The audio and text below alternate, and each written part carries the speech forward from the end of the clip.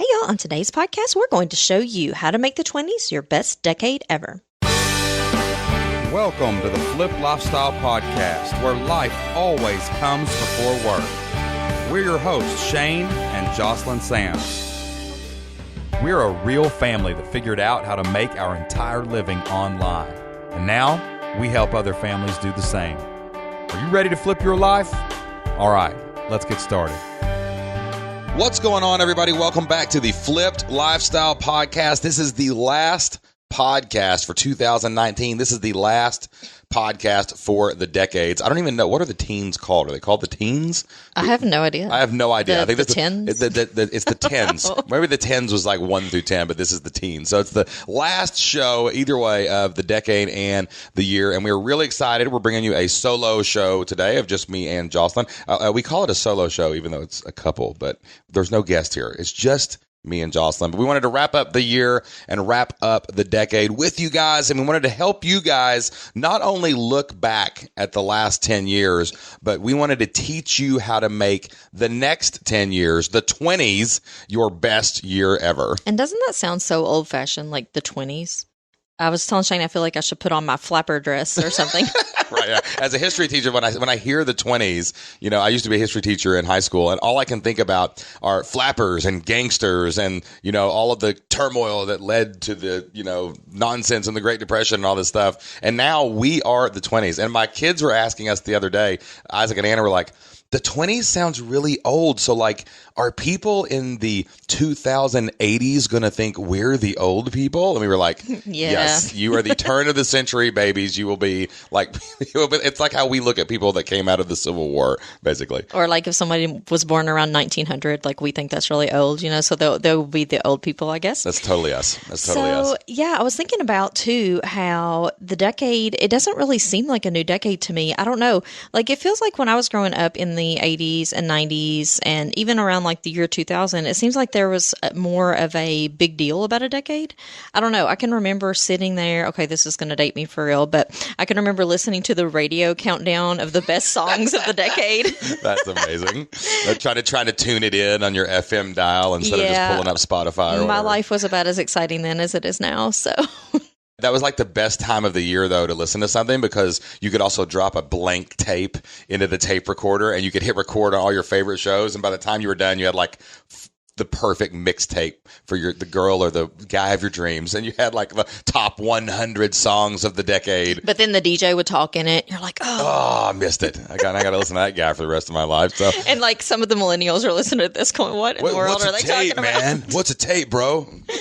Right. But they, you know, now we don't have to worry about that. We can just go download or watch and listen to anything we want on demand. So on demand today on the Flip Lifestyle Podcast is our end of the decade, start of the new decade, best decade ever episode. And Jocelyn and I every year do like to do a lot of reflection. We like to talk about the last year. We like to get ready, you know, for the future. We like to figure out what we want to do. And that's kind of what we want to do today, is guide you through a process, the same process that Jocelyn and I use, so that you can reflect back on 2019, so that you can reflect back on the teens, on the last decade, and also so you can prepare yourself not only to take advantage of this upcoming year. The new year is tomorrow, if you're listening to this on New Year's Eve. We're about to flip the calendar and go into the new year. We're going to give you a little process, little plan, so that you can win the year and win the decade before it even happens. So there's 3 steps that Jocelyn and I go through when we're planning for a year, reflecting on the year, getting ready for a new year or a new decade. The first thing we do is reflect individually on the year, on the decade. It's kind of hard to come to a conversation with your spouse or with your significant other if you haven't kind of thought about your side of the equation before you actually get to the conversation. So Jocelyn's been writing down her thoughts. I've been thinking about my thoughts.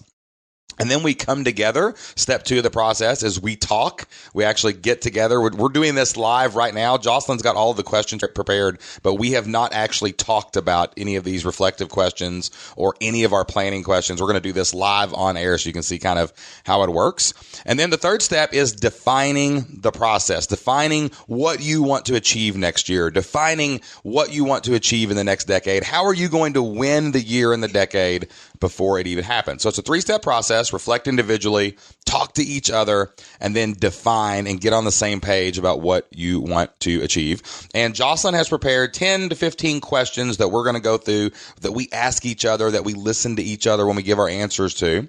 And if you want to download these questions, you can go to flippedlifestyle.com/decade, DECADE right now. And we actually have a little printout for you. You can download this.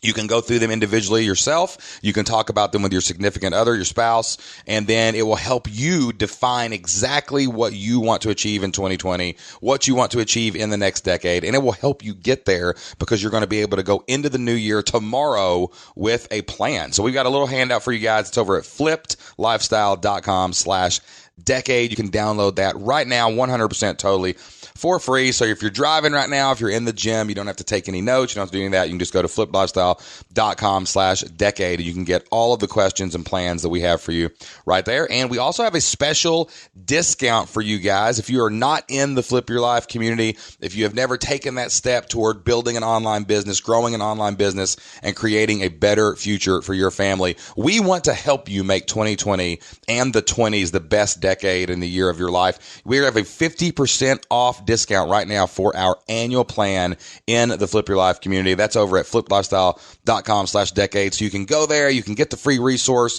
It'll help you reflect, it'll help you plan, it'll help you get on the same page with your spouse or your significant other. And we also have a 50% off annual discount right now over at flippedlifestyle.com/decade. That is available until January 7th on that page. And I'm going to take it off of that page. And the only thing left will be the freebie. So if you listen to this later, after the 7th, can't get that, but I'm going to take that down on January 7th. You can get a 50% off annual discount. And we are about to make some major changes in the Flip Your Life community, guys. Yeah, we are really looking to serve our customers in the best way possible. And how we're going to do that is by bringing in some more people. Because we, as you know, if you've listened to this podcast for very long, we have had a rather tumultuous choice of people in the past. So we've had a lot of turnover. We've learned a lot about hiring, basically. Yeah, and so we're going to be bringing on some people, and their role is going to be to serve you guys, and not only our customers, but also our podcast audience. So you'll be seeing and hearing a lot more of us in the 20s. Yeah, we're going to be upgrading all of our courses. We're going to be upgrading our member area. We're going to change the way it's laid out, change the way it functions. We really want to create the best possible experience we can for our customers, for our members of the Flip Your Life community. We want to create a smoother path from getting started to success. And all of those changes are going to start in January. So you want to be a part of that. If you want to save 50% off, you want to commit to your success in 2020, you can join the Flip Your Life community right now. It's 50% off the monthly rate. And that's over at flippedlifestyle.com/decade. And you can get the free handout from today's show. All right, so let's jump into this. We're going to just go through a series of questions first. Step one in the process is reflecting back over the last year. And because this is a new decade, we are going to look back a little deeper and look back at the next decade. So Jocelyn's got a series of questions that she's going to take us through. And you can use the same process to plan for your year and your decade as well. All right, so the first thing I had is to compare and contrast the beginning of the decade to the end of the decade.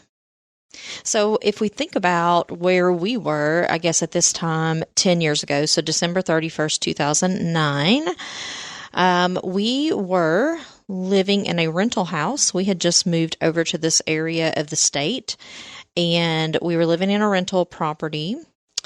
And I think maybe getting ready to buy a house. I think that was more toward the summer when we bought that. We were just wrapping up my first football season in a new job. I had recently, actually in 2009, I had lost my job. The school district that we were in at the beginning of the year in 2019 consolidated. No, 2009. Oh, yeah, I'm sorry. In 2009. I don't even, what year, what decade is it? We're just trying to figure this out. That's why you got to reflect, guys. But like you go back to 2009, the schools consolidated and there were 2 high schools and there became 1 high school. And lo and behold, they only needed 1 football coach after that. So I actually was pushed out of my coaching position and a local guy got the head coaching job. And I had started looking for other jobs, and we luckily found a job over here in this area. So that was probably one of the first that was probably a catalyst moment of the decade where I realized, hey, I'm a school teacher. I got a good job. We can get tenure. We can do all those. Everybody says that's a good job, insurance, security. But the whim of the voters basically cost me my job at the beginning of that of the decade. So it pushed us kind of to move out over here. And so we had just moved. We moved in July of 2009, and I had an interview for a librarian position, and they literally hired me, and school started the next day. So this was in August. So I had been in that job for a few months, and we had a 1-year-old child. Our son Isaac had just turned 1, and we didn't even have our daughter yet. So that's what we were doing as far as family. Work, I mean, we were going to work every morning. We were dropping our son off at daycare, and we were coming home and, just living our day-to-day life, doing what many of you are probably doing right now. And we lived in a really little rental house. How many square feet do you think the house was? 800 or something? Maybe 1,000. Maybe 1,000. Yeah, maybe 1,000. It had 2 little bedrooms. It was old as the hills, and like our furniture barely fit in it. We had nowhere to put anything. And I do remember the shower. The bathtub didn't have a shower. There was only one bathroom. It was built like a million years ago. And the guy that owned the house had stuck like a stand-up shower in the laundry room. So we had to like go take if you want to take a shower, you had to go to the laundry room. And then we bought this nozzle from Walmart, because I'm not sure if we were going full-blown Amazon back then, but we had to put this little nozzle to turn remember the bathtub into a sink to wash, or in the bathtub, we had to turn the bathtub into a shower to wash Isaac. You remember that thing? It was like a big rubber thing you stuck on the nozzle of the bathtub. And, it was kind of inconvenient, but, it was warm, dry, and fed, and we were going to work every day. And, it was totally, if you could have told me then, hey, here's what 2019 is going to look like, I don't think I could have imagined it. Because now, of course, we've been in online business for, how long have we been in online business? Almost 7 years. We're going on 7 years now. It's almost 8 years. That's right. We've been self-employed almost 8 years. That's mind blowing. We have definitely upgraded the housing facilities now. We've got a new house that we moved into a couple years ago. We've got a lot of land. We live out in the country on about 40 acres. We've got a big 10-acre lake behind our house, and like it could not have been more polar opposite. Like in 10 years, what you can accomplish. So let's talk about our vehicles. So, oh my gosh. In 2009, we were driving the red van, which we actually still have. We still drive it. It's a 2005 Town and Country, and we had just got that van because we had just got a kid. And it wasn't new. It was used bought it when we bought it.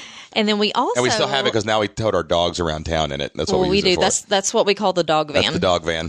So also, we were driving a 2000 Nissan Altima, which had duct tape on it. In 2009, yes. The bumper, I don't remember, did I knock it off? Or was it just falling off in general? I'm not real sure. I don't know. So I got out there and I went and bought, I remember specifically going to Walmart and looking at all the tapes and the duct tape. And I was trying to find. Because the car was silver. The car was silver. So I was like, I'm going to find the duct tape that matches this the best. And I literally spent like an hour and a half one day creating this perfectly illusioned duct tape thing to duct tape the bumper up so that it wouldn't drag the ground. And there are probably a lot of you out there being like, well, why didn't you just get it fixed? Well, we didn't have any money. We didn't have the money to get it fixed. I had enough money to go buy the duct tape. I did not have enough money to go get someone to do anything cosmetic to our vehicles, right? Like that was one thing, right now we've got a little like ding in one of our cars and we're like, okay, well, let's go get someone to buff that out and fix it.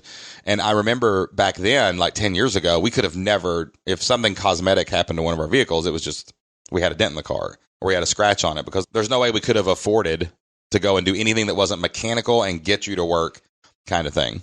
And since then, in the past decade, we've actually been able to purchase 2 brand new vehicles. It's the only time in our lives we've ever had brand new vehicles. So, it's funny because in our driveway sits a 2018 Lincoln Navigator and a 2005 Town and Country van. Hilarious. And then I've got a what year is that truck? I don't even know what year my truck is. I think it's like a 2002. Yeah, something like that. I've got an old pickup truck that we drive around like on the back side of the property, and it goes off road, and it's kind of, but I love that truck. It's rusted out. It's like it's got a little rust on it. You know what I'm saying? It's got the big country tires on it. And I actually every year go to a houseboat trip with some guys, and I drive my truck pulling some boats and jet skis and stuff on the back of it down to the lake. So, but it is hilarious that we have these two really old vehicles and these two really new vehicles. And, you know, reflecting back on how far you've come is a really healthy, good thing. I think sometimes people feel guilty when they get successful, or they feel guilty about the things they've accomplished, especially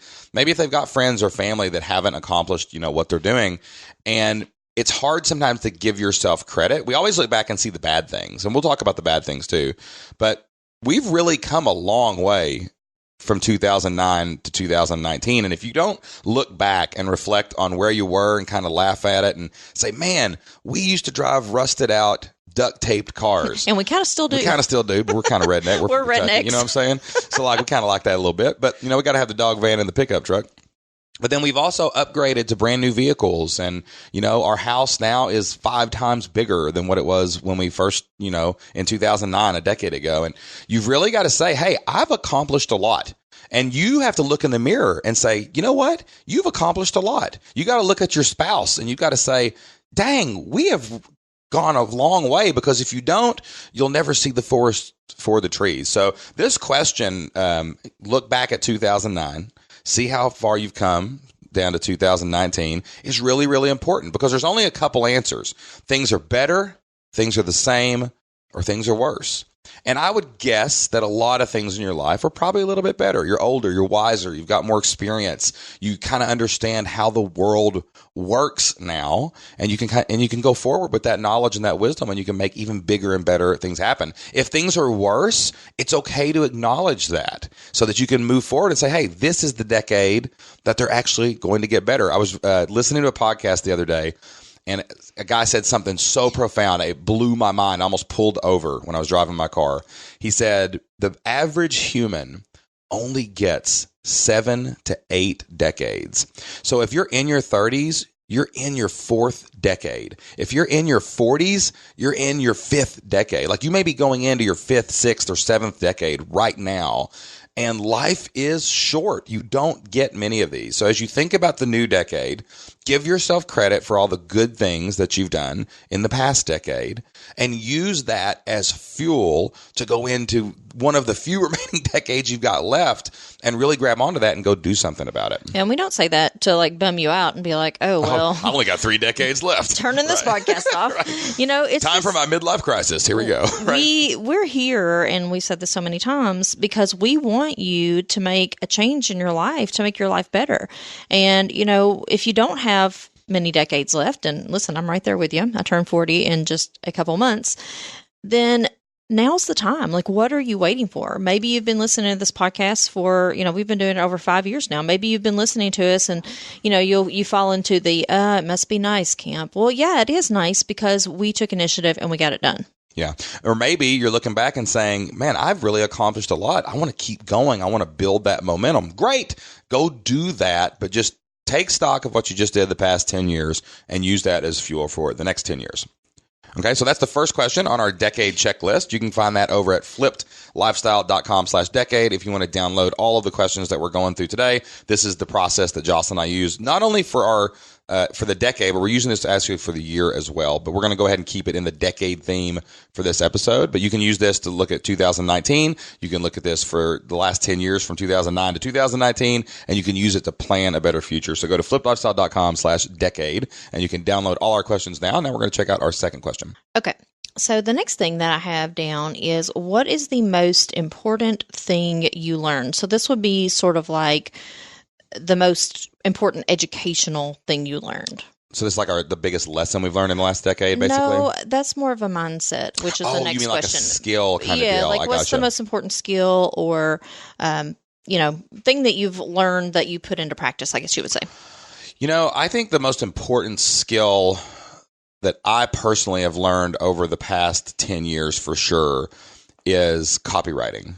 I think learning how to communicate not only on a podcast or on a YouTube channel, but in print, on a sales page, in a blog post, on an opt-in or something like that. You know, I look over at my bookshelf. I'm in my office right now. For those of you who have seen my office, you can go over to fliplifestyle.com/YouTube, watch our YouTube channel. We do a lot of work in here in my office. I got a big bookshelf behind me. It's mostly dominated by 3 WWF championship belts because I collect pro wrestling championship belts, to Jocelyn's chagrin.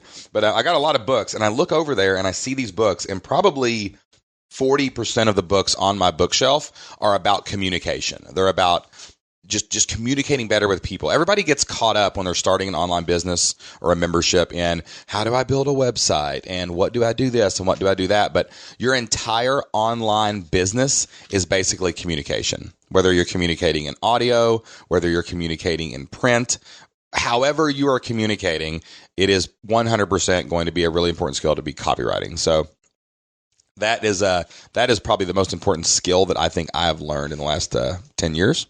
I think the thing that I have learned in the past 10 years that maybe I think I already knew how to do it a little bit, but I've really gotten better at is problem solving. And I say it all the time that, problem solving, I think, is the critical skill for being able to do what we do. It's not that I am super skilled at whatever it is I'm doing. It's that I am determined to solve the problem. So I figure out a way to do it. I'm not the best at anything that we do, but I'm determined and I get it done. So I think that has been important in a lot of different areas in our life, especially the business, but also just in parenting and marriage. Yeah, for sure. Yep. And, just learning that, hey, nobody else is going to solve my problems and nobody else is going to hold my hand and help me figure it out most of the time. Like, I have to get it done myself. Yeah. And if you can't do that, you're not going to make it much farther than where you are now. Like, problem solve it. Like, if you come to an obstacle, you have to get over it or turn back or camp there. There's no other solutions. If you're on a road and there's a tree in the road, you can stop and live there and say, well, we've went far enough. Or you can turn back to where go back to where you came from, or you can figure out a plan, get the log off the road, and keep moving forward. So, being able to that's what we tell our kids all the time. Figure it out. Solve the problem. Daddy and mommy can't solve every problem for you. You've got to go do this because, they're on their own. Everybody's on their own. Really, we got to solve the problems. Yeah, and if there's one skill that I hope that I leave my children with, it's the ability to be a problem solver. Yeah, and going into 2020 now and into this new decade, I think those two skills are going to serve us even better because, for the first few decades of your life, you're just figuring life out. And Jocelyn and I are at a point now, I'm in my 40s. Jocelyn turns 40 in a few months. And I kind of feel like, not that we know everything, but we at least are keeping everybody alive and we're moving forward. And being able to communicate with each other and our audience and our customers and our employees and our kids is going to really, all these skills we've developed over the past 10 years and being able to be problem solvers, like, don't tell me the problem, tell me the solution. Those two skills are really going to pay off big time for us too. So if you're looking for a couple goals this year, if you're looking for something in the new decade, figure out how to communicate better, study communication, and go into it with a mentality like Jocelyn has. What is the problem? I've got to solve the problem. No problem is unfigure-outable. Who says that? Marie Forleo. Yeah, Marie Forleo. So everything is figure-outable. And that's actually a core value in a buddy of mine's company is everything is figure-outable. We've got to figure it out. So be a problem solver, be a communicator, and kind of look back over the last 10 years. What skills have you picked up that you can use going forward to build a business, to change your family's future? Think about that and kind of wrestle with that and say, hey, what are my biggest strong points? I'm going to double down on those and I'm going to make it happen. All right. The next thing that I have is, what was your most critical mindset shift over the past 10 years? Oh my God. Life has changed so much for us in the past 10 years. I could probably point to 10 different things, but I think probably honestly, it's money. It's just looking at money in a completely different way. I always viewed money, and I was always taught to view money as get a job, finite resource. Yeah, you'll get paid every 2 weeks. It's going to replenish itself. But, you make it, it runs out. You make it, it runs out. And once we got into online business and we realized, hey, the world is our marketplace. We have thousands of infinite millions of potential customers out there. And money is not something that is just a finite thing you budget. It's something that you can increase. You can go raise your income. You know, we have a philosophy. One of our core values in our business is let's go give ourselves a raise every day. Every time we get a new member, every time we get a new customer, we gave ourselves a raise for next month. And just that whole mindset about money and not thinking of it as such a finite resource and being, you know, instead of scarcity driven, being like prosperity driven, like, man, there's more out there. We just have to go put in the work. We've got to take action. And also paying attention to my money. Jocelyn laughs at me because I actually have a money day every single week. And it's on the 7th, the 14th, the 21st, and the 28th. And it's not always been that way, but for the last 3 or 4 months, it has been. Because I've wrestled with our money every week for like 10 years now, trying to figure this out.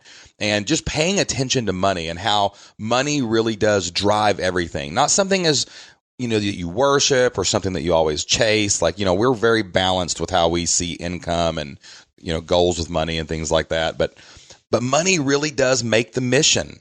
Money makes a lot of things possible. It makes experiences possible. It makes growth possible. It makes education possible. And, you know, just thinking about money in a different way has really been the biggest thing, probably mindset-wise, that I've changed the last couple of years. And it certainly doesn't mean that we're perfect at it. I mean, no, we screw it up all the time. We still have a lot of room for growth. Money there. is hard, guys. Like, I laugh. I told Jocelyn just a couple of weeks ago, I do money every single week, and then we meet on like either the 28th, 29th, or 30th every month, and we go over every expense in our business. Which is super fun. Which is super fun and exciting, a date night, right? But like we do this every month because you got to keep your mind on your money and your money on your mind, because I don't know how any of you out there are keeping up with your money if you're only looking at it once a quarter or once a month even. Like, you've got to pay attention to this stuff, and even paying attention to it weekly and monthly, we're still like, man, money is hard. The math doesn't work like normal math. And you just really got to pay attention to it. I think for me, the most critical mindset shift that has happened, there have been a lot, but I think it's that you can do a lot more than you think you can do. Like when Shane first approached me with all this online business stuff, I'm like, oh, you know, I can't do that. You know, the special people do that, or people who have it figured out, they do that. That's not for people like me. And, you know, I'm here, I'm doing my teaching job like everyone else around here. I'm going to do it for 27 years. I'm going to retire and ride off into the sunset. But there is another way. Like, that's something that I just couldn't wrap my head around at first. And then finally one day I was just like, you know what? I mean, all of these people are also normal people. Like, they started out as normal people. Do they have help now? Yeah, because as people start to make it, they get help from other people. And that's how the world goes around. But I think I just taught myself that when we quit our jobs, that I could do it, and we could make it happen. And, you know, I was able to accomplish things that I would never even think about. And you before. were confident. Like, Jocelyn has always been a confident high achiever, but almost, I think even back in 2009, or probably when we first got married, like, even still, like, you were out there, you were a go-getter, but you were playing the game that you were taught to play. Like, Jocelyn wanted to get a job, she went and got a job. Jocelyn wanted to be a marketing coordinator, she was a marketing coordinator. Jocelyn wanted to, you know, travel and do these things, and she did that. And she wanted to be a librarian, and she became a librarian. And, like, you know, but it was almost like expanding your horizons to say, hey, you can do anything. I think that's one of the biggest changes I've seen in you since we quit. Was like, wow, it's kind of overwhelming. The sky is possible. the limit, really. Yeah. I mean, people say that all the time, and you're like, yeah, whatever. But whatever. It really is. And, you know, we're still struggling with that even now. We're kind of at a place where, you know, things are going well, but we're like, okay, well, what do we do next? You know, like, how big do we want to make this thing? And that's a question that we still have. Yeah. And, like, I think people say, like, are cynical about the sky's the limit, because 90% of people, maybe this is you, the sky's not the limit. You're a teacher. Well, guess what? You have a pay scale that is clearly defined from now until retirement. And the sky is not the limit. Can you get another degree? Can you get another certification? Yeah, but I mean, boost it some, right?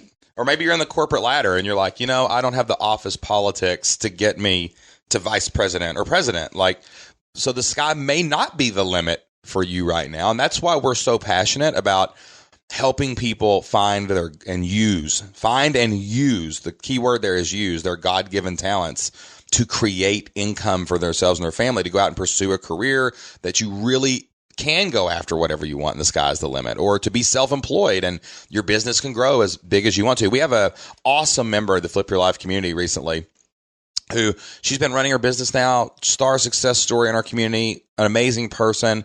And she had this awesome opportunity to go work for a company that she never would have even imagined was possible.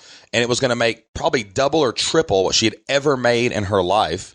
And this opportunity just dropped basically into her lap because of all the risks and chances she's taken. And even though she's now working for another company, she still has her own business that she's running on the side as well.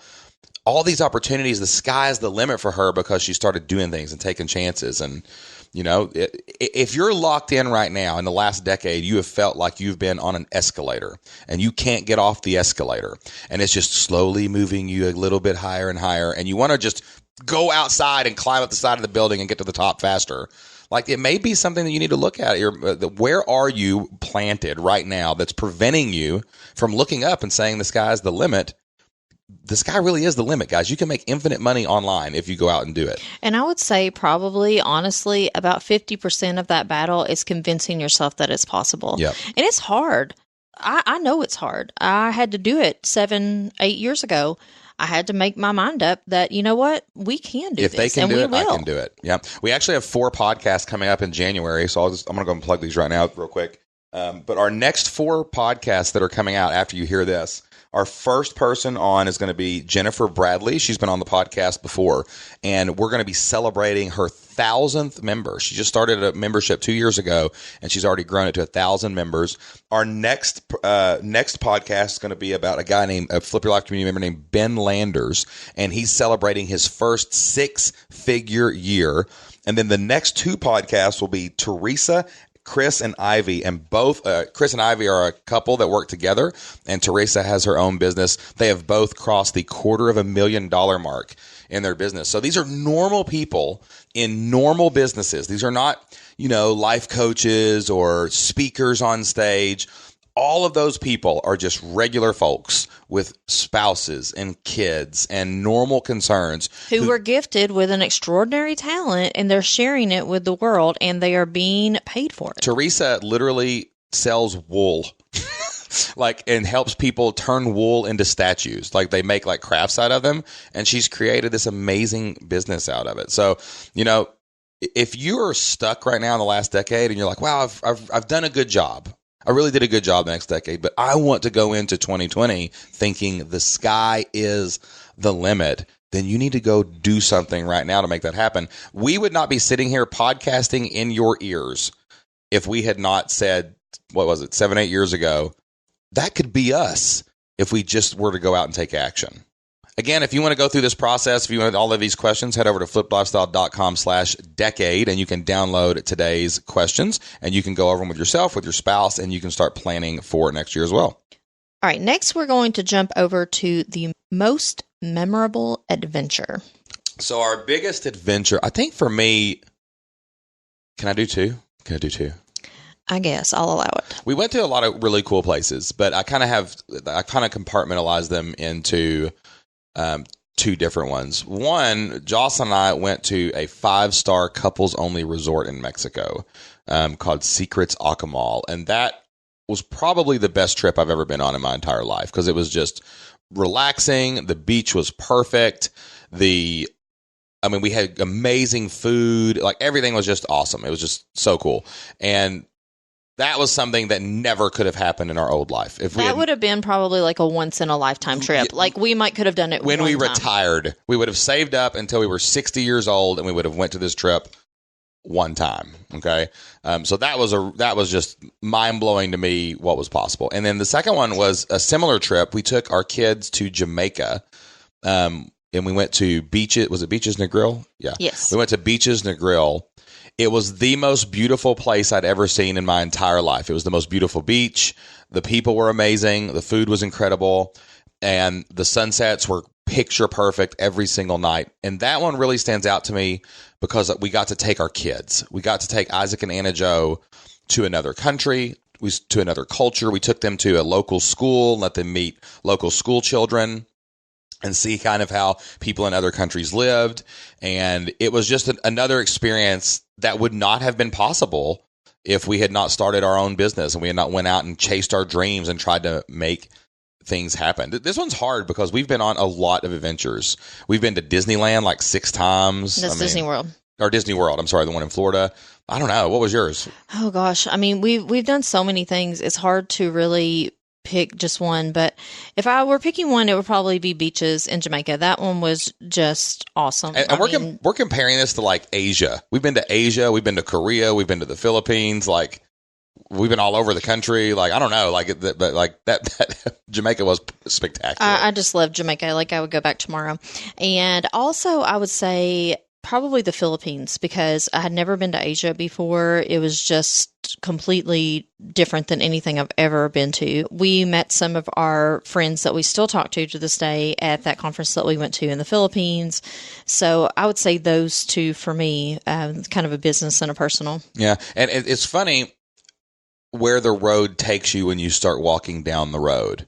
Even when we started our online business, we weren't thinking go to Jamaica, go to Asia, take the kids to Disneyland every year or Disney World every year. We weren't thinking those were not our goals. Disney cruise, we forgot about that. Oh yeah, we went on a Disney cruise. Like those were not on our goals, but we took the first step. We started an online business. We took the next step. We went all in and we quit our jobs and we said, "Hey, we're going to try to make our own grocery money and pay our own insurance for the next part of our life." And we never could have imagined all of those adventures happening. The best adventure, I think, actually started with, we're in our house right now that we moved into. We quit our jobs. We moved into a smaller house so that we could afford our bills better.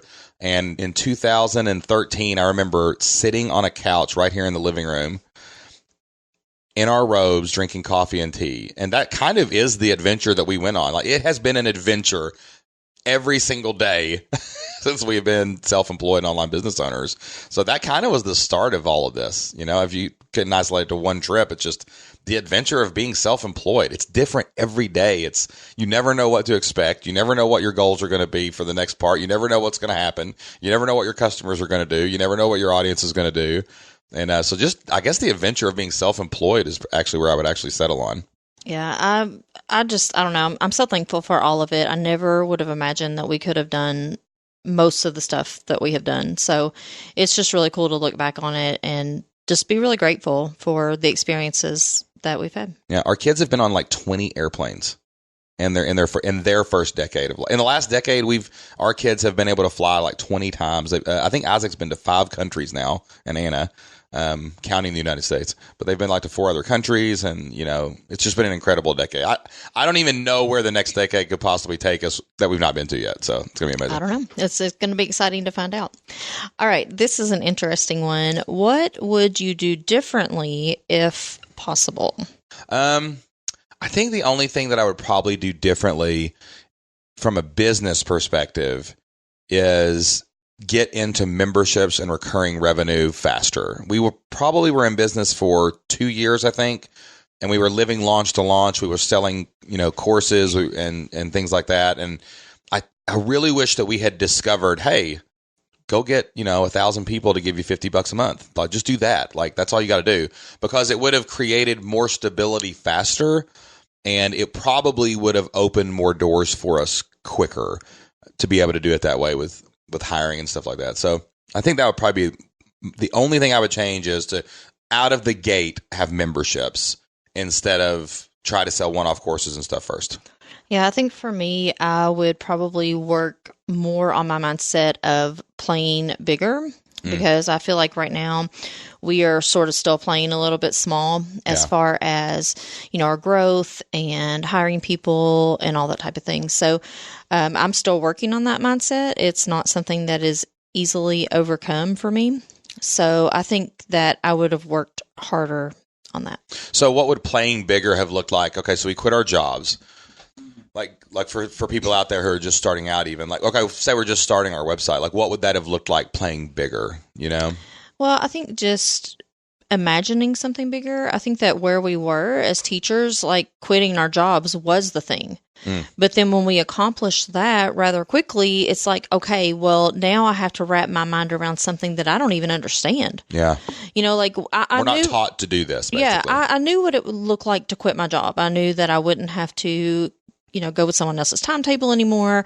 I wouldn't have to report into work. I wouldn't have to call in sick and all those type of things. Like I knew what that was going to look like, but now I don't really know what the last chapter looks like. And that's hard for me. I like to kind of be able to look ahead and know what I'm aiming toward. But right now, I mean, it's just unbelievable. Yeah, it's the Wild West, who knows what we're aiming toward. And I think that we need to do a better job as business owners of kind of just, putting that into perspective and trying to figure out where we do want to go. I mean, obviously that can change, but that's something that weighs on my mind. It's like a mental space type thing. Oh, I gotcha. It's like I don't know, and I feel insecure about it or uncertain, and I don't like that feeling. So playing bigger, basically. Trying to 50% your dreams kind of deal, and just, go after that. That's probably possible. Let's jump into the next one, which is, what was the biggest mistake? It can be personal or business. Oh, our biggest mistake has been hiring for me. I mean, it's another thing they don't teach you in school. They don't teach you in college, and they don't teach you, and you just have to go through it yourself. And you can be in all the masterminds in the world, and you can listen to all the advice in the world, and you can read all the books in the world. But until you hire and fire people, you really don't understand what it takes to do that. And we have made some good hires. We've made some, we have couple really good people working for us right now that I love. And we've had people in the past that have came and gone that we loved. And we've had some really bad hires that just screwed us or didn't, do well at all in their position. And it was because basically we fumbled through the hiring process and learned as we went. We didn't lead them properly. That's, I would say the same thing as far as my biggest mistake over the decade. Is not leading? We weren't good leaders. And, it wasn't necessarily that they were bad employees. I mean, a couple of them were not the best. But, we didn't look in the mirror and say, hey, this is our fault. We didn't properly lead these people. We just expected them to know what to do, and that's not always possible depending on what you're doing. So I would say that's definitely our biggest mistake for sure, is just hiring the wrong people, or not, I would say being scared too, because we're always scared to hire people, because once you bring somebody on full time, that's a big responsibility. It's not just us anymore worrying about, our family, do we have enough money for our family and our bills? It's like, we're now responsible for that person's bills and stuff. And that's a little bit scary to me. So I think being able to wrap my head around that in the next decade is going to be really critical, because we're sort of at a point right now that it's hard to grow without having some help. And, we've kind of hit a wall recently because we had some people quit on us, and, we're kind of in survival mode right now, trying to get everything back in order where we're ready to hire someone. And that's something that I think we've made a lot of mistakes, but I don't know for sure that I would do it over. That's actually, this question is actually important. You don't look at this to kick yourself.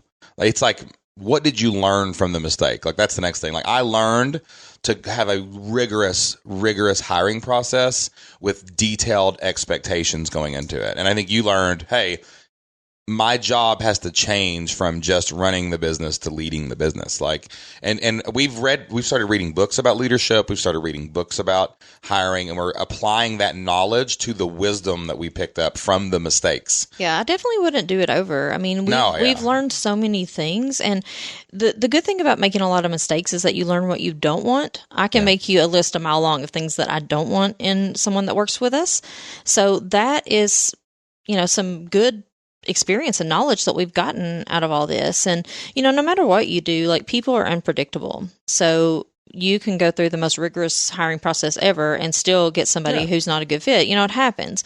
But you got to do it. You got to go through it. Yeah. And it just helps us to be able to go through this process more efficiently, more effectively, I hope, so in the future. My great nephew, because I have a great nephew, that's how old I am. Yeah, was at our house last night, and he was he had a little remote control car. How old is he? 3?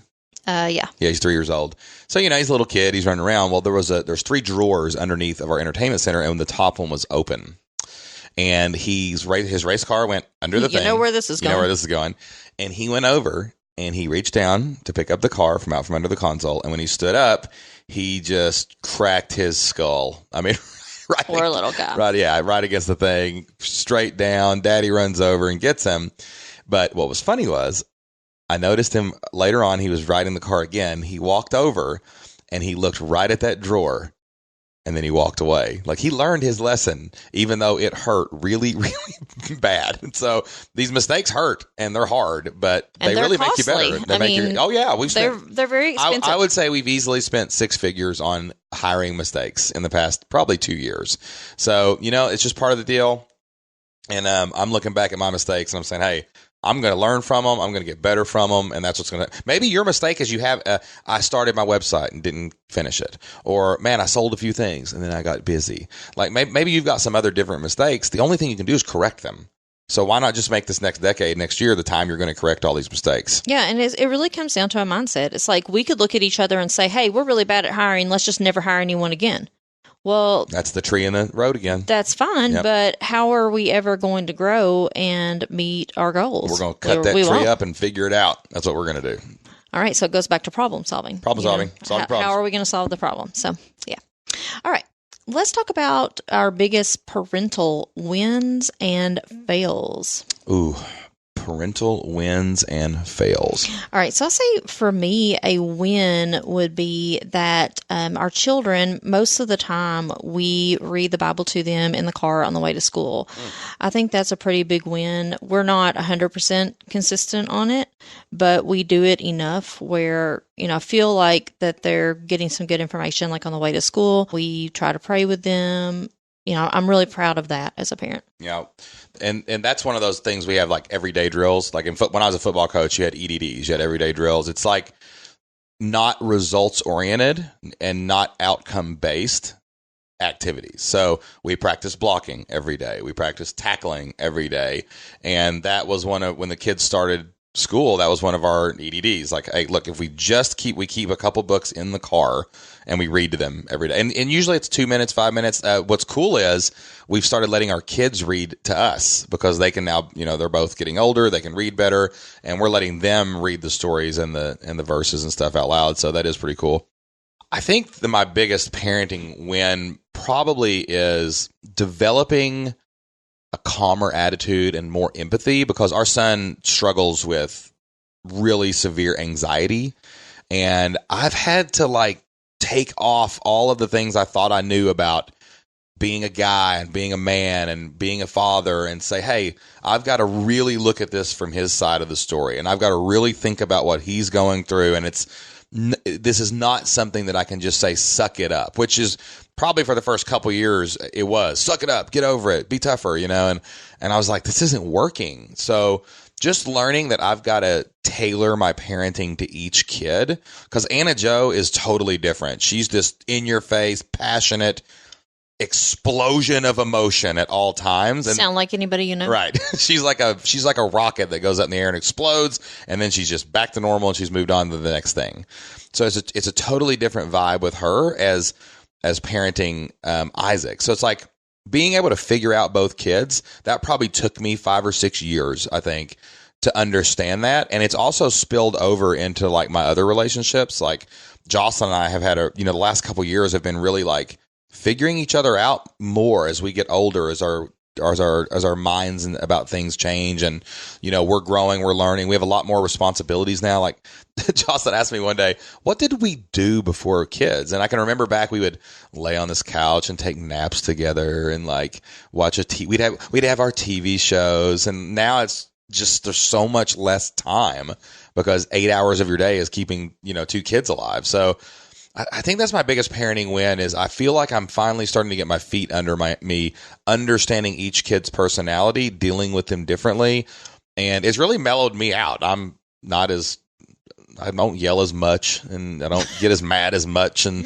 they don't frustrate me as much because I'm starting to see things their way. But what's funny is they're getting ready to enter the preteen years, and so now all that's going to change. It's just all going to start back over again. Like when you feel like you're starting to figure parenting out, that's when you fall on your face. But we've had kids now for a decade. Isaac was born in 2008, late in 2008, so right at 2009, and then Anna Jo was born in 2011, I think. So, we've had kids now for about 10 years. This is our first decade of parenting, They're both still alive.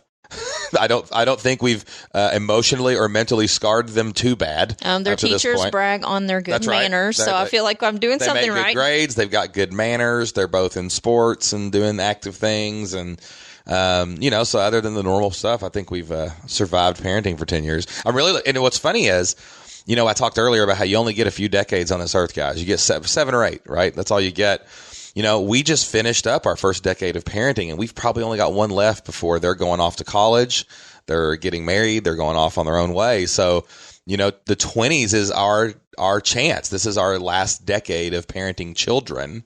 And it's crazy, man, when you think about that and you say it out loud. So looking back, I think we've done a pretty decent job, and looking forward, let's not screw it up.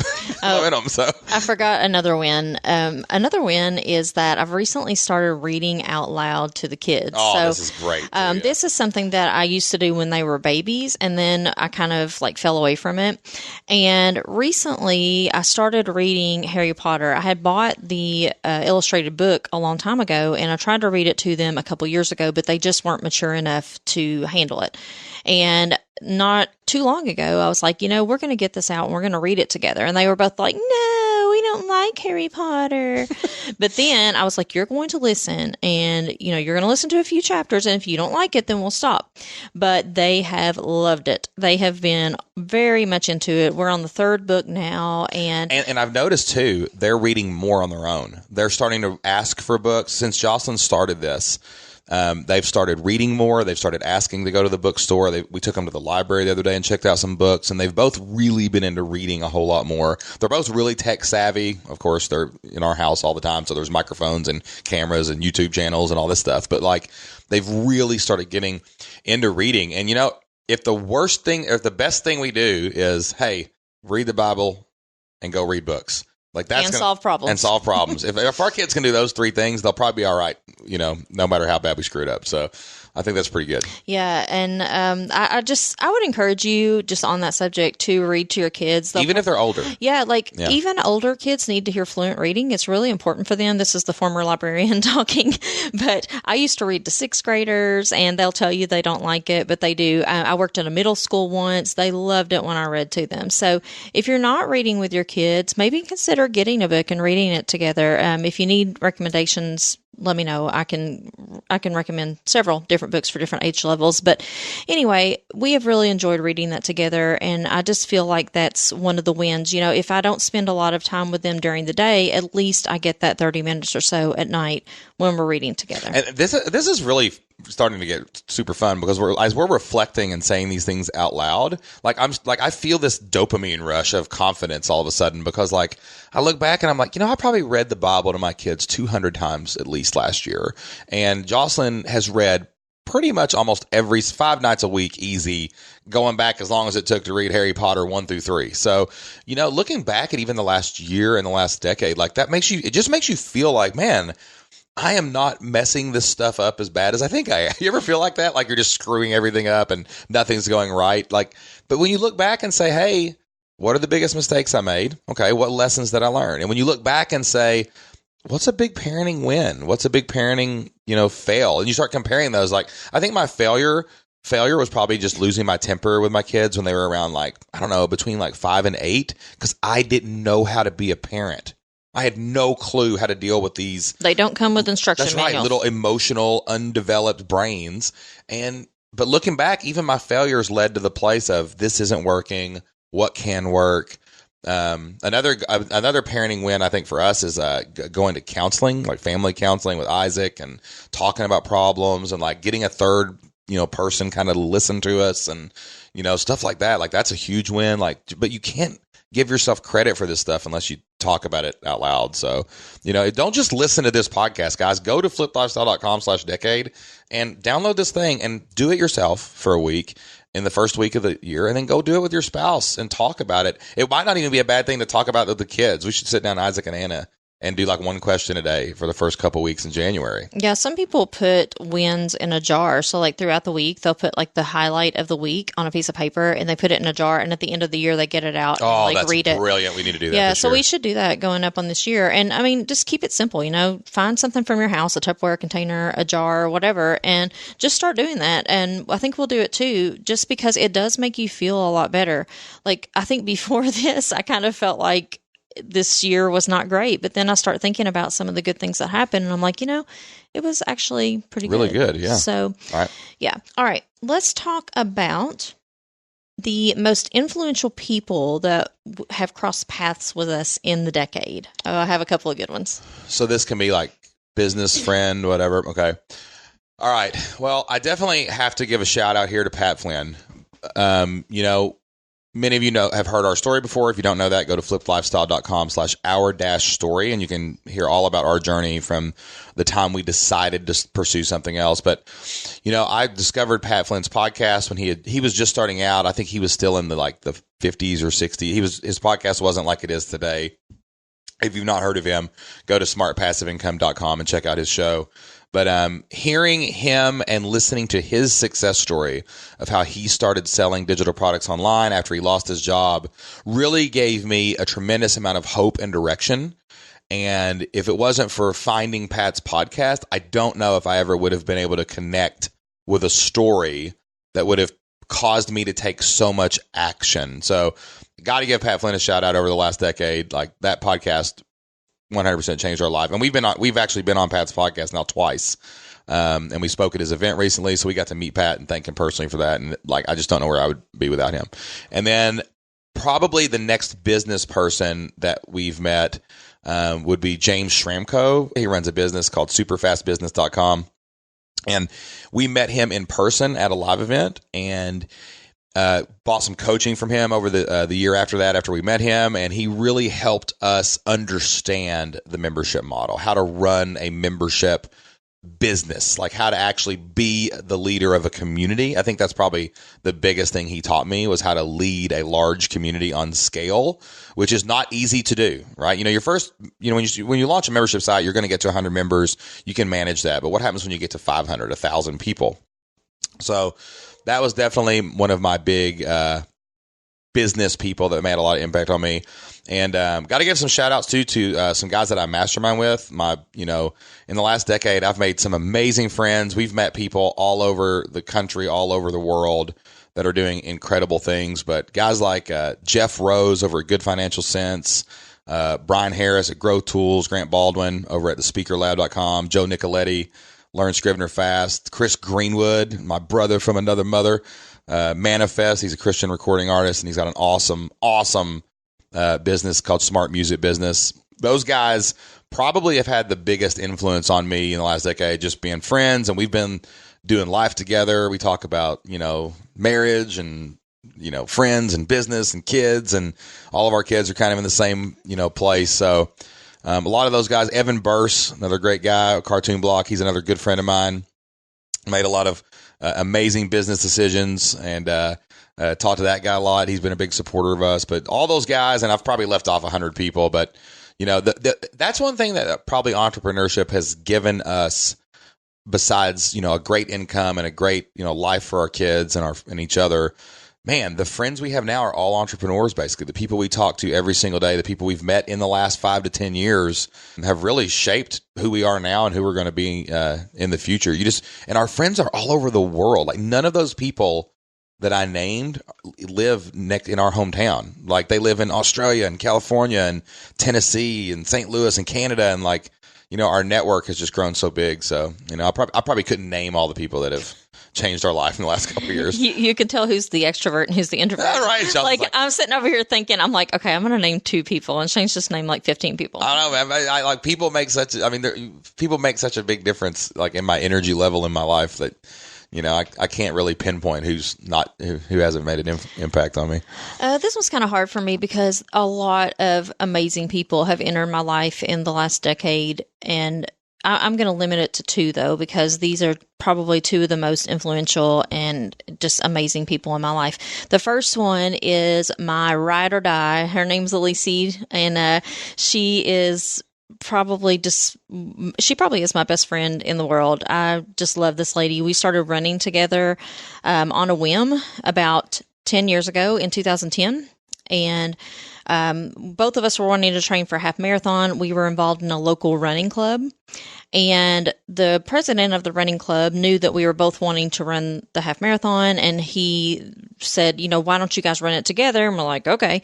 So never knowing each other, we had met a little bit, but we didn't know each other at all. And Alicia is from Brazil, by the way. She's not even from America. She's also the only person I know that can move to Southeast Kentucky and have two best friends from Japan and Brazil. So Alicia's from Brazil. She moved here back in high school. She was an exchange student. And long story short, she married somebody that Shane went to high school with. So that's how she ended up here. And the two of us started running together, and we have been at each other's side ever since. We don't do much running these days. We do more spa going and things like that. But she is just a real true friend to me, and I'm just so appreciative of her friendship. She came to our live event up in Lexington a few months ago, and if there's somebody that I just know would do anything for me, it is Lacey. Also on this very short list is Kat Jarman. A lot of you guys know her. She is our Australian friend. We met her back in 2015 in the Philippines. It's so funny because everybody's like, who's Kat? And I'm like, she's my Australian friend that I met in the Philippines. Right. And they're like, what? It's a little confusing, but yes, it's hilarious. I love Kat because we talk on Voxer a lot. It is a little bit difficult because of the time difference. It's like a 13-hour difference or a 14-hour, something like that. So anyway, it's hard for us to talk, but we talk a lot at night because it's her morning and my night.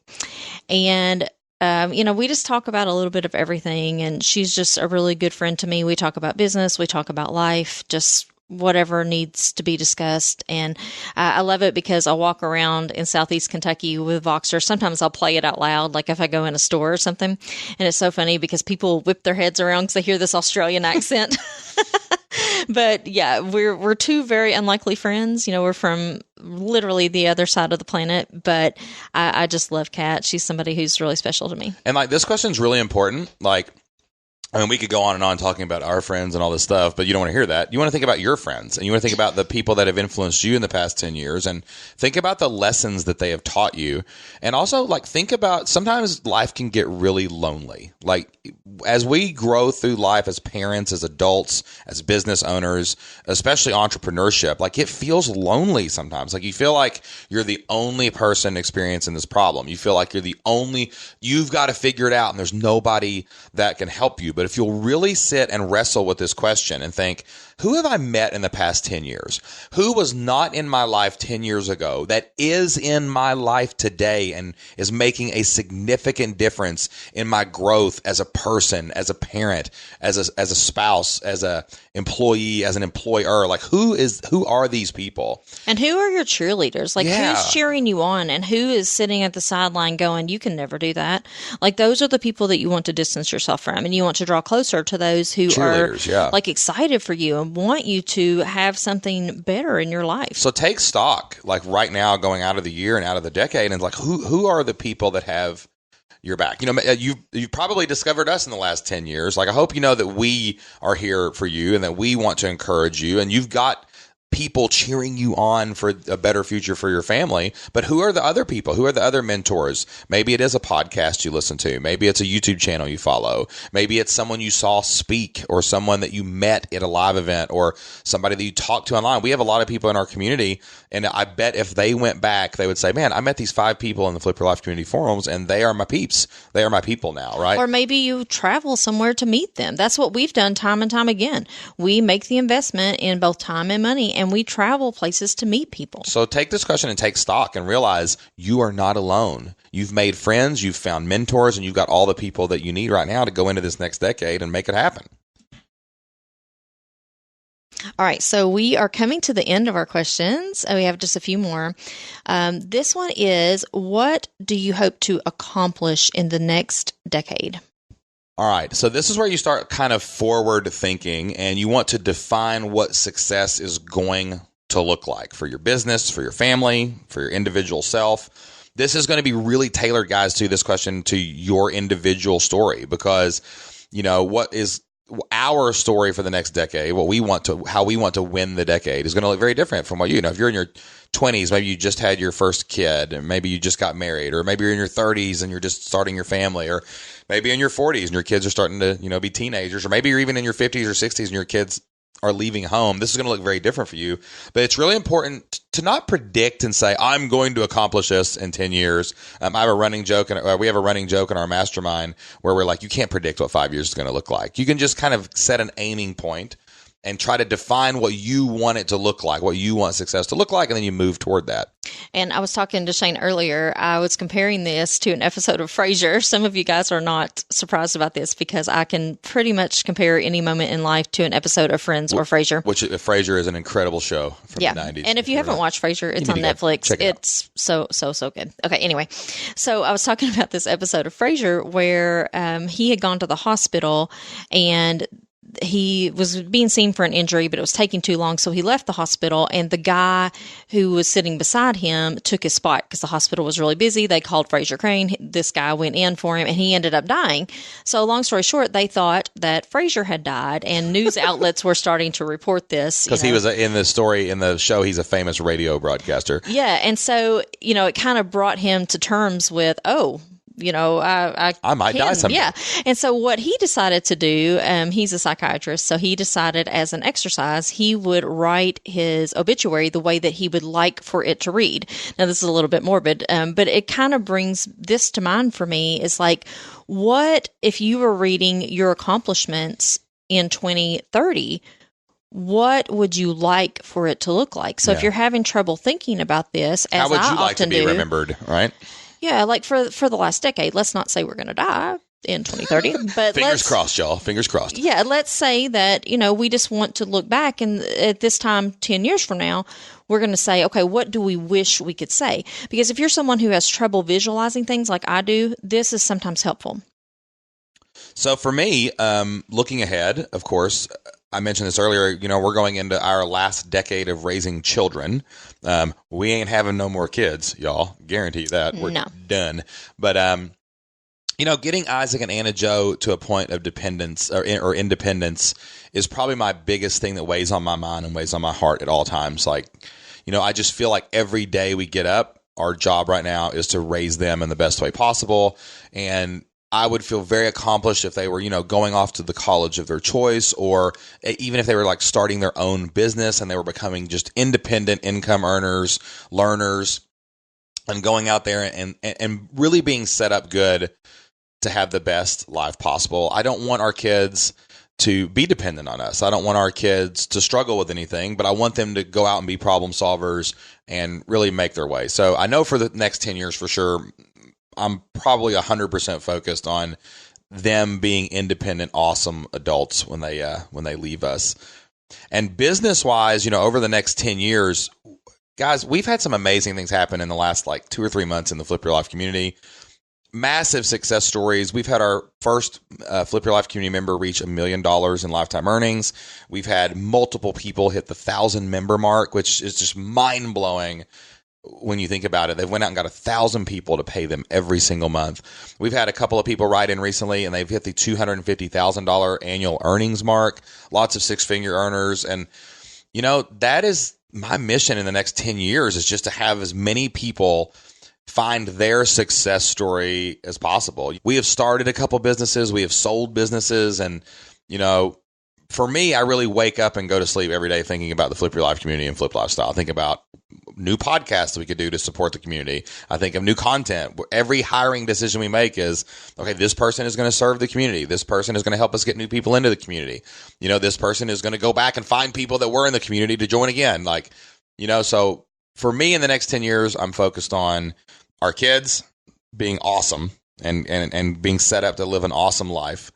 And for our community to really go out there and every person that joins to be absolutely positively successful and be able to give their kids an awesome life too. And I would say on a more personal level, one of my goals is to be a snowbird. So in 10 years, I'm hoping to spend the winter months in a Caribbean destination of our choice or somewhere warm. So that is something that I hope that we can achieve by 2030. I would really love to be finished with, business type things as far as like day-to-day operational stuff. And needing the income, I would like to be totally self-sufficient by that point where if we wanted to take a couple of months off, we could totally do that.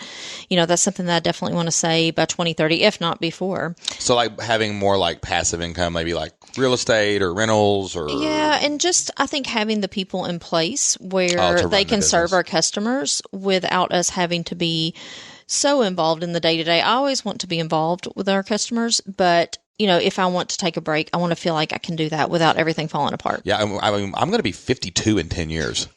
Did I just say that out loud?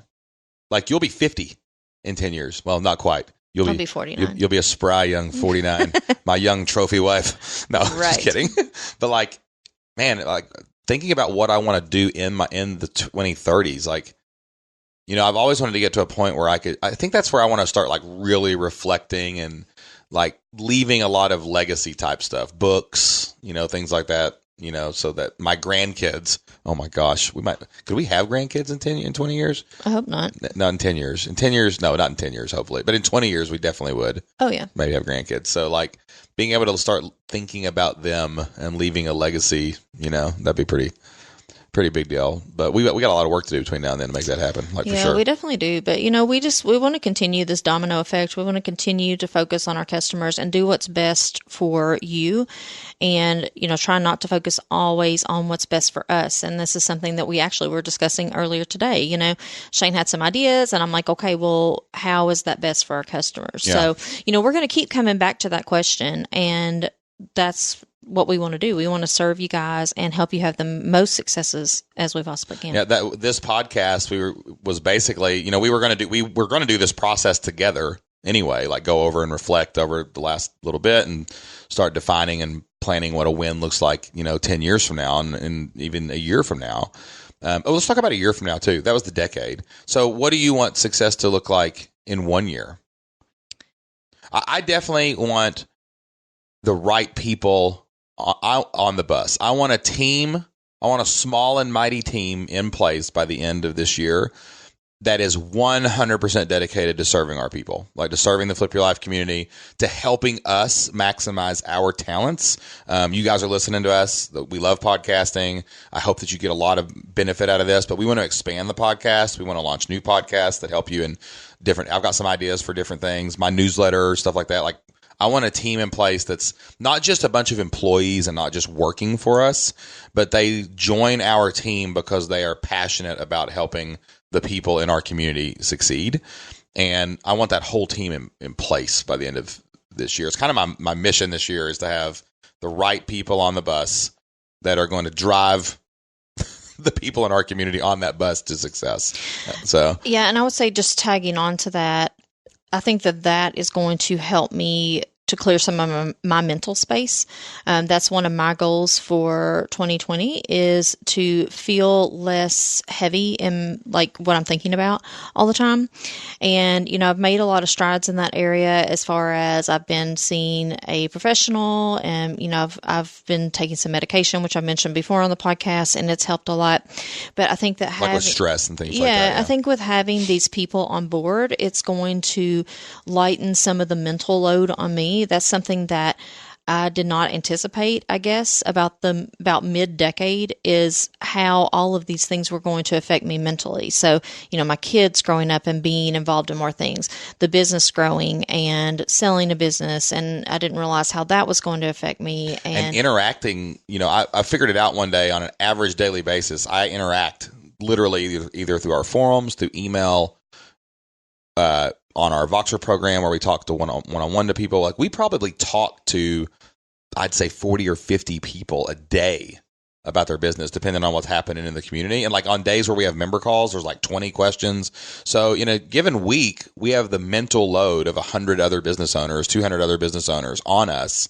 And we have our own business. Well, and not we to have mention, kids I've and been everything doing else. customer service for several businesses because, we had some turnover in our staff, and all that stuff weighs on me because people are telling me, okay, this doesn't work, or this file's missing, or all that kind of stuff.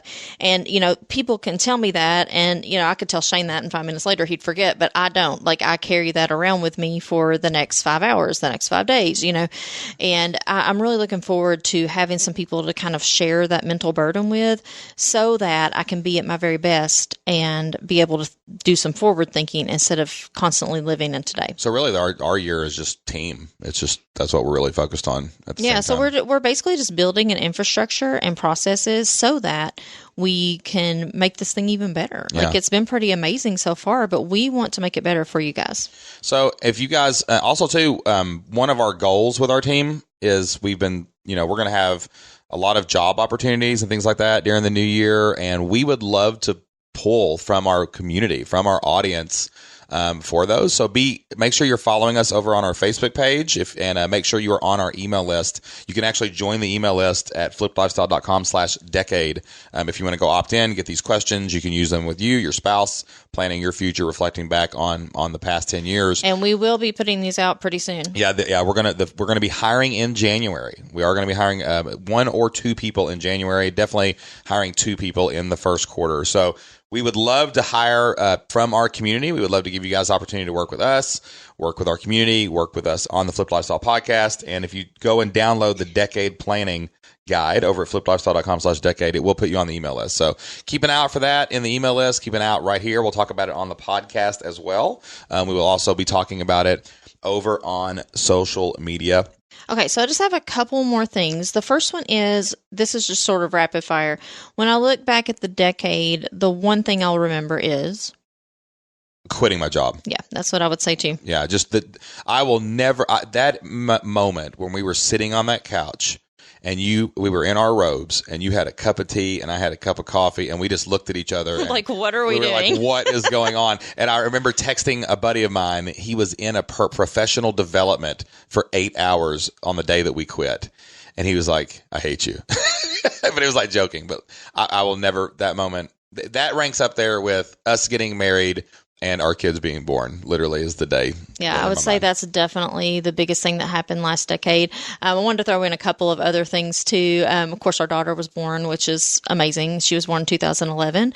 And also we got some dogs this decade. Oh, yeah, that is true. Yeah. Sam and Coco. I know that we had another puppy, but he got hit by a car. His name was Bandit, and I got to give a shout out to Bandit because I cried for many days. I actually wrote a whole blog post about Bandit, and it's one of the top posts on our site. It's one of the top posts on our site. It's like one. It's been shared so many times, and I might stick that in the show notes too.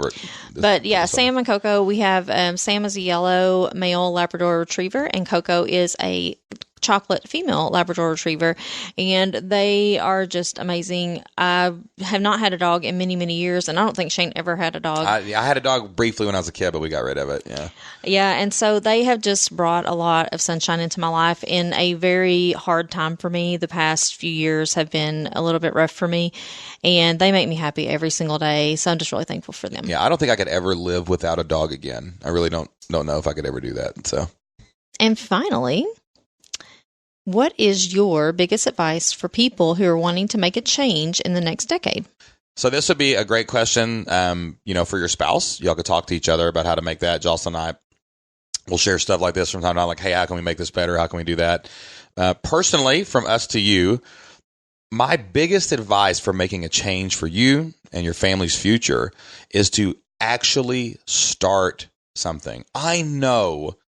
I watch our numbers. I see how many people are on our list and how many people join our community. I see how much traffic we get on our website. And I would say a large proportion of you out there who are listening to the Flipped Lifestyle podcast, just listen. And you're not actually out there starting the thing. You're not actually doing the thing. You're not actually saying, I'm going to go make $50 a month selling stuff at the local flea market so that I have enough money to buy hosting.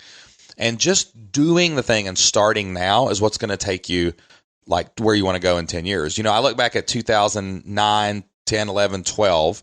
And in 12, when I was listening to podcasts about starting an online business, nothing was happening, right? Or I'm sorry, like 2011, late or early 2012. But when I actually did the thing, we made our first money online. When Jocelyn did the thing, she made thousands of dollars online. When we quit our jobs, we were forced to do even more things, and more great things happened in our lives. And it's so simple, and it sounds so easy when you say it out loud, but you just have to start the next thing.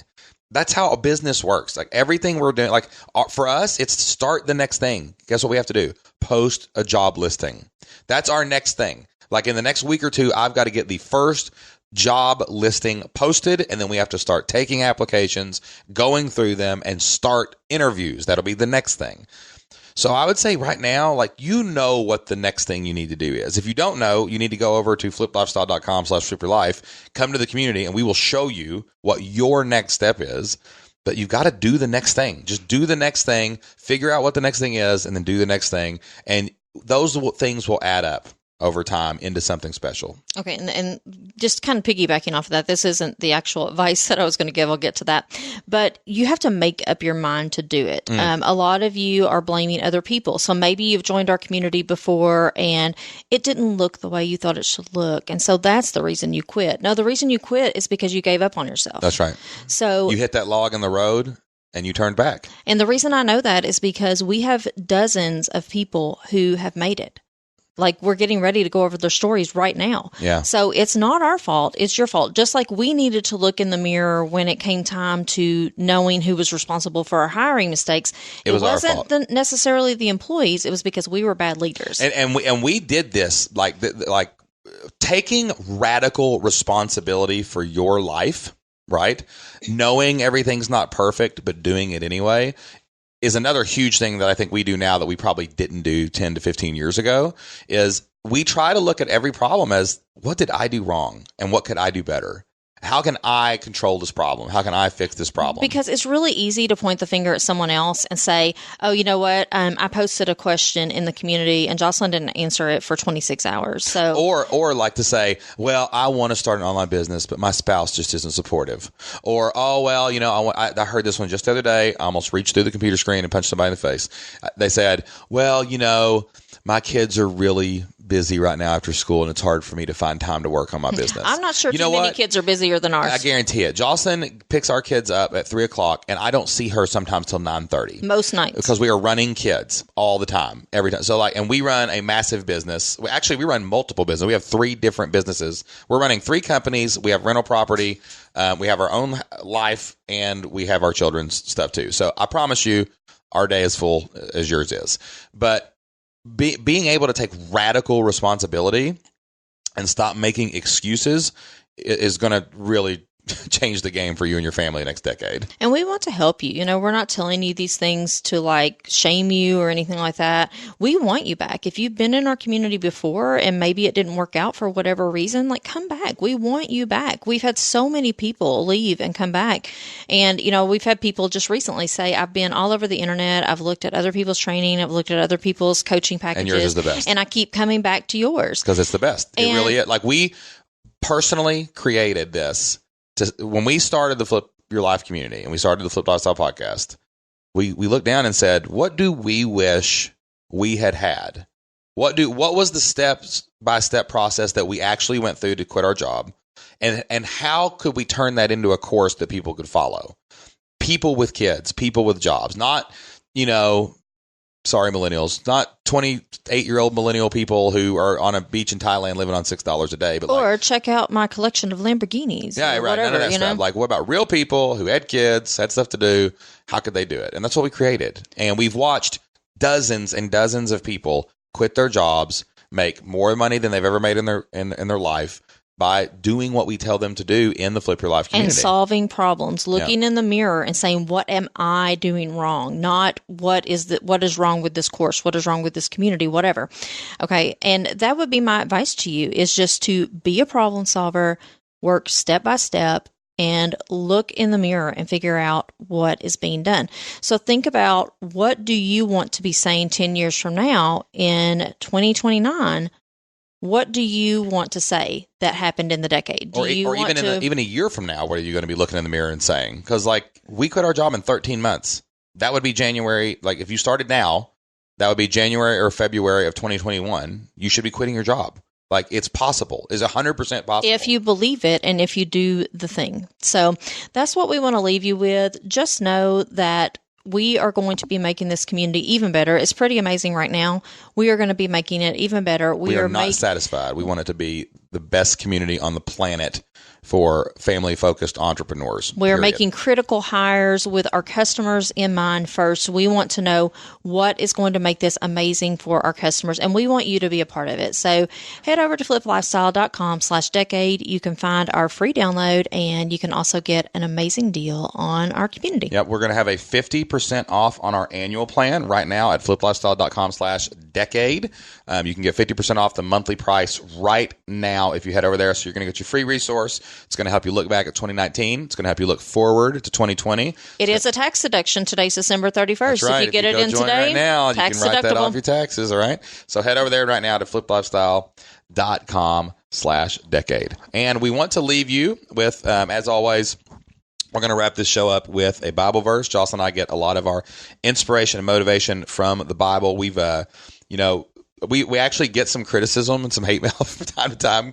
People will tell us that they love our show, but then we get religious at the end. I'm like, guys, it's a 1-minute Bible verse. Like, come on. But like, we love the Bible. The Bible. I whenever I don't know what to do, I just go look at the Bible and I'm like, what's the Bible say to do?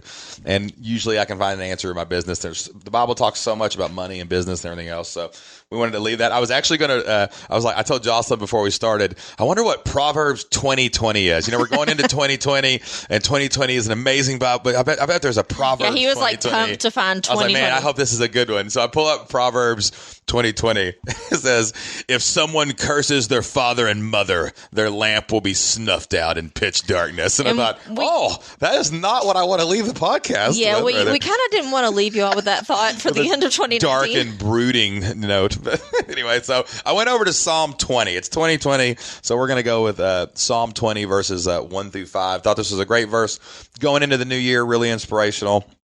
And I'm going to read that to you now. Psalm 20 says, may the Lord answer you when you are in distress. May the name of the God of Jacob protect you. If you've had a hard 2019, guys, that's our first prayer for you right now is if you've had any distress, if you've had tough times, if you've had problems with your relationships, if you have problems at your work, just know that we're praying for you and that God's there for you. Verse 2 says, may he send you help from the sanctuary and grant you support from Zion. Verse 3 says, may he remember all your sacrifices and accept your burnt offerings.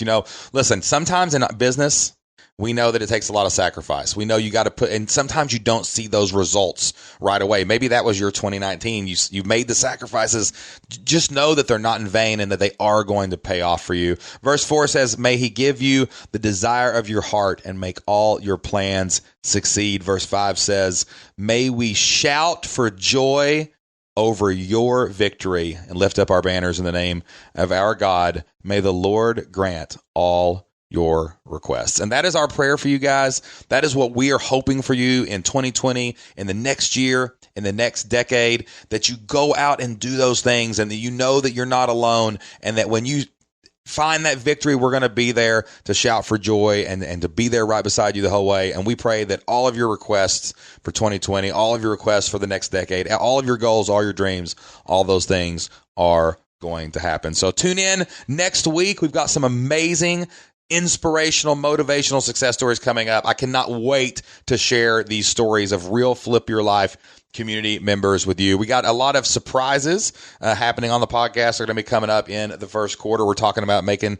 some cool little value adds and changes to the show. So you're going to want to tune in for that. And make sure you head over to flippedlifestyle.com/decade. You can download our decade checklist. You can go through these questions yourself. You can go through these questions with your spouse so you can make this the best year and the best decade of your life. And don't forget, if you want to get a tax deduction in right here at the end of the year, also at flippedlifestyle.com/decade, we've got a 50% off discount on our annual plan right now. You can save. That's for if you're a current member and you're paying monthly and you want to save some money, you can go ahead and sign up for that 50% off annual plan. We love to reward commitment. You commit to us for a year and we will commit to helping you over the next year change your family's future. We love you guys. We're really grateful for our audience, really grateful for our community, and we are really excited to see what happens in the Flip Your Life community this year. We will see you guys next week. Until then, get out there, take action, and do whatever it takes to flip your life.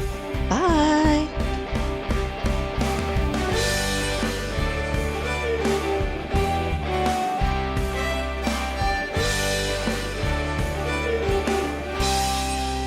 So there's 3 steps to this process. First, we are going to... So there's 3 steps in this...